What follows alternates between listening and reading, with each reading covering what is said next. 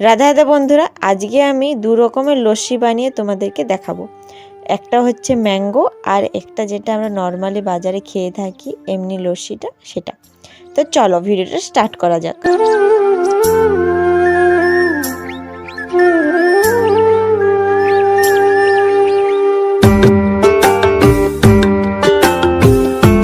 সবার প্রথমে আমি এখানে 100 গ্রাম টক দই নিয়ে নিয়েছি, মিক্সার গ্রাইন্ডারে এটা দিয়ে দেব। আর তাতে দিয়ে দেব পরিমাণ মতো চিনি আর বরফের টুকরো। এখানে আমি জল ইউজ করিনি, বরফের টুকরো ইউজ করেছি। এরপরে সবগুলোকে ভালোভাবে ব্লেন্ড করে নেব।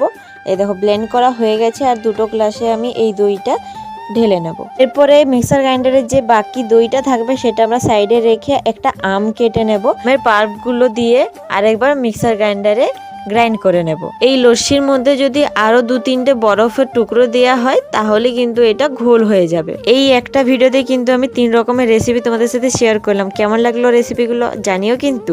বাড়িতে কিন্তু খুব সহজে এই 2 রকমের লস্যি তোমরা বানিয়ে নিতে পারো, আমি যেভাবে বানালাম। তো দেখো আমার 2 রকমের লস্যি কিন্তু তৈরি হয়ে গেছে। এরপরে এই 2 রকমের লস্যির মধ্যে দিয়ে দেবো বরফের টুকরো আর উপরে ছড়িয়ে দেবো আমন্ড আর পিস্তা। বেশ, তাহলে আমাদের তৈরি হয়ে যাবে 2 রকমের লস্যি বা ঘোল। বাড়িতে একবার অবশ্যই বানিয়ে দেখো, আশা করছি ভালো লাগবে। এরকম আরো ভিডিও দেখার জন্য আমার চ্যানেলটিকে সাবস্ক্রাইব করে দিও আর পাশে থাকা বেল বাটনটাকে অবশ্যই ক্লিক করো।